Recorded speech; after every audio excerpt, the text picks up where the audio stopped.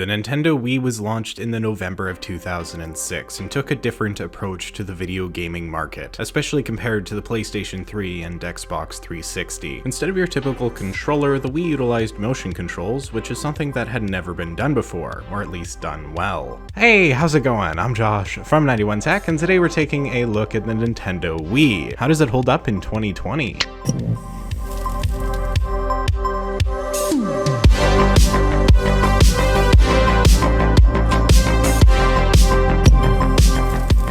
The Nintendo Wii is one of the few video game consoles to not only hit the mainstream of gaming culture, but pop culture in general. The Wii was an icon. It was something your grandparents would hear about. One of the original ads for the Wii, I think, described it perfectly. It involved two random men just showing up to people's houses with a Wii. People let them into their homes, and soon enough they were all just having a good time playing tennis on their TV. It's a ridiculous ad and hasn't aged well, especially considering current events, but it really works here because it shows how accessible this console was and how everyone could just pick up and play it. This video might be meant to look at the Wii in 2020, but I don't intend just to show how it holds up today. Obviously, it's old, it doesn't hold up that great, graphics especially aren't very good thanks to the lack of high definition capabilities. So today we are going to talk about that, but we're also going to talk about how the console got here in the first place. Are you a certified 2000s kid? Even if you're not, you probably played the Wii at some point or another. It was a cultural phenomenon when it came out, and as just mentioned, what really made it so mainstream was how accessible it was. For pro gamers, motion controls might have seemed silly, but for everyone else they made a lot of sense. You didn't have to sit down and learn how to play the game, you just played the game. Playing Wii Sports Tennis? Hit the ball with the Wiimote. It made sense. There was no learning curve, and that's why people loved it. Believe it or not, the Wii actually massively outsold both the Xbox 360 and PS3, with over 101 million units shipped. This is still one of the best-selling consoles of all time. Wii Sports is one of the best-selling video games of all time too, with over 80 million units sold, in large part because they were bundled with the Wii, but still, that's an insane number, and it's why the Wii is such a cultural icon. Plus, let's be real here, the Wii itself was kind of awesome. Who doesn't love the Mii channel theme song? Or actually, any of the music from the Wii, seriously, it's all pretty good.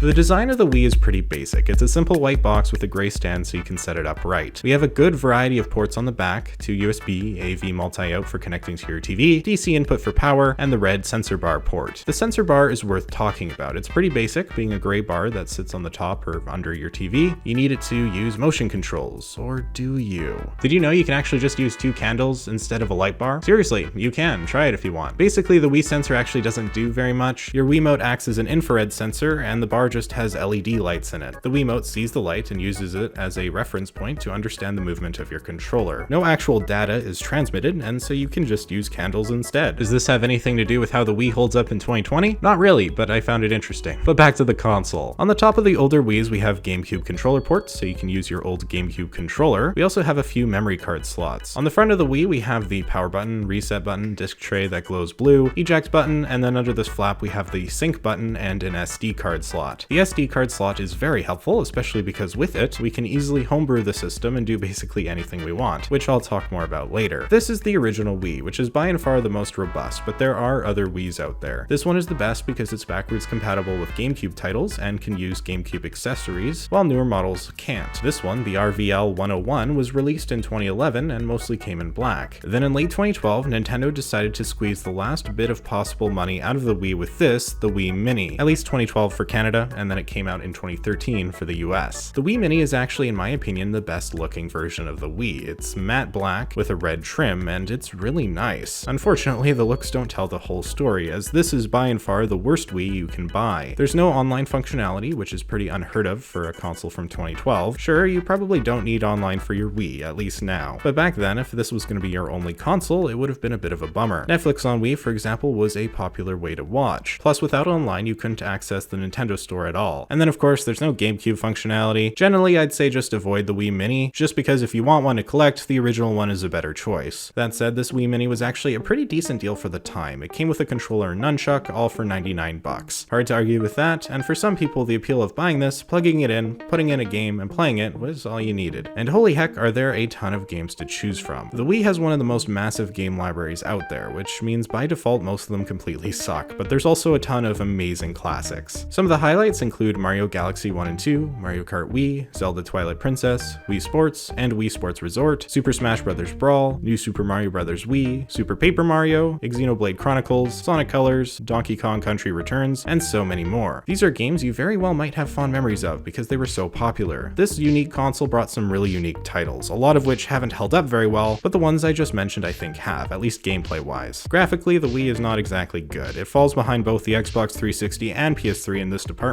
as it can't output HD video. So playing the Wii on a modern TV just doesn't look good, and everything's kind of fuzzy. With the power of emulation, we can actually produce Wii games at a full 4K if we'd really like to, like Mario Kart here. I believe a lot of the textures are redone as well, and I actually think it looks pretty great. Not my video, by the way, and I'll link the source in the description. Emulation is an option for the Wii with an app called Dolphin, and it's a pretty popular way to play, but still, there's just something about grabbing your Wiimote and selecting a game using motion controls that was so magical back in the day, and honestly is still kind of magical to me. Of course, the motion controls that the Wii brought are still available in some forms today. Some Switch games still have motion controls, like Mario Odyssey for example. I've never been a fan of motion controls for the sake of motion controls, as they tend to be kind of gimmicky, but I found that Switch games have utilized it well, which is nice to see. Also, virtual reality right now uses basically much better versions of Wiimotes to do everything, so even if the Wii isn't so great anymore, its motion control legacy lives on in these newer platforms. I do think the Wii tried too hard with motion controls when it came to some titles, but others incorporated it really well, like Mario Galaxy. And while a lot of games that based everything on motion controls weren't very good, some games like Wii Sports are just fantastic. Interesting fact, the Wii still has games being made for it, specifically one game, Just Dance 2020. Second interesting fact, the Wii U doesn't have any games being made for it, including Just Dance 2020. This means that the 2006 Wii has outlived the 2012 Wii U, so that's kind of crazy. But let's take a look at the controller. There's the original Wiimote, and then there's the Wiimote with Motion Plus, which provides much better tracking, and I'd say is a must-have if you're still playing Wii. You can get extensions to have more of a regular type controller experience, which is nice. You can also get Gamecube controllers you can plug into your Wiimote, which is pretty cool. For power, the Wiimote uses two AA batteries, so if you had this along with an Xbox 360 back in the day, you were probably constantly struggling to have enough batteries. The controller itself is interesting to me. The name Wiimote makes a lot of sense because this looks more like a remote than a controller. It's rectangular and is really meant to be moved around for games like Wii Sports. The button scheme is pretty strange. It can be held sideways to be like a regular controller, kind of. You get a D-pad, a button, a plus and minus button, and the 1 and 2 button. On the back you have the B trigger. This is an extremely weird control scheme, and you can tell Nintendo was looking for more simple mass appeal as opposed to the normal layout of most controllers. There's also a home button, a power button, and a speaker, which is kind of neat. Of course, you couldn't have a Wiimote without a nunchuck extension. This added a joystick and was a necessary add-on for many games. If you had an original Wii, you could plug in an actual GameCube controller, and if not, you could always get an accessory that plugs directly into the Wii controller as mentioned before. Now, I'm not going to say the controller is the strongest suit for this console, because it's pretty weird for typical type games, but for Nintendo titles and anything that used motion controls, it was pretty great. We haven't really seen a controller too similar to this since. A single Switch controller is kind of similar in that some games have you holding it like a Wiimote, but it still has a joystick and is typically held sideways. The Wiimote is a unique aspect of the Wii that hasn't aged the best, but definitely stands out. Now, graphics are super disappointing regardless of how old this is. HD is something that was done on the PS3 and Xbox 360. It would have been nice to see here because the games would look a lot better, but Nintendo doesn't care about making the most technically impressive games, and I think there's a lot of charm in that. Lower grade hardware meant the Wii was cheaper, making it more accessible for more people, and that mixed with the easy to play and interesting gimmick of motion controls pushed the Wii to around 101 million units sold. That's an absurd number and blows both the PS3 and 360 out of the water, even if those two do have better looking games. Graphics don't hold up, but the gameplay does, and there's still a ton of fun breaking out Wii Sports when you have people over, or even by yourself. The Wii proved you don't need the best hardware to have a great gaming experience, and that is still absolutely true today. The Nintendo Switch has been the must-have console ever since it came out in 2017, and will continue to be that, even with the release of the PS5 and new Xbox. Does it have the best graphics? No. Does it have the most games? No. Does it have fun gameplay and great Nintendo exclusives? Yes. Does it have a killer feature that gives it broad appeal? Yes, it's portability. The Wii didn't have portability, but it had the accessibility of motion controls that even got your grandparents interested. This was the family console to have for years, and in 2020 it's still fun to pull out of your closet once in a while and go on a nostalgia trip. And if you really want to play some of those old classic titles in HD or 4K, you can always load them up on your PC with Dolphin and have a pretty great time. But if you want the most authentic Wii playing experience, you could always just buy a Wii because they're super cheap. Turn turning to eBay.com, we're looking at around 30 to 50 bucks to get a console with all the peripherals and a controller or two. That's not bad, and if you get the original model, which is the RVL001, you can also play Gamecube games. Plus, what's really great about the Wii is that you can homebrew any model. That includes the Wii Mini. It doesn't have an SD card slot, but there is another way to do it with Bluetooth. The homebrew channel is one of the coolest hacks on any console. There's so much you can do with the Wii, such as the emulation of old consoles like the NES, SNES, and Genesis. So maybe do yourself a favor, and if you're stuck at home like the rest of us, pull out your old Wii and try some old classics. You might be surprised how much fun you end up having. But with that, I think I'm pretty much done here. Did you ever have a Wii? What was your favorite game? Let me know in the comments down below. There's a lot more I could have talked about, like all the ridiculous accessories the Wii had, like guns and steering wheels and that kind of thing, but maybe another time. If you found this video interesting, maybe hit that like button and consider subscribing for more content just like this. You can follow me over on Twitter and Instagram at 91_tech if you'd like to for some reason. With that all being said, thank you so much for watching. I'm Josh from 91tech, and I will see you all next time.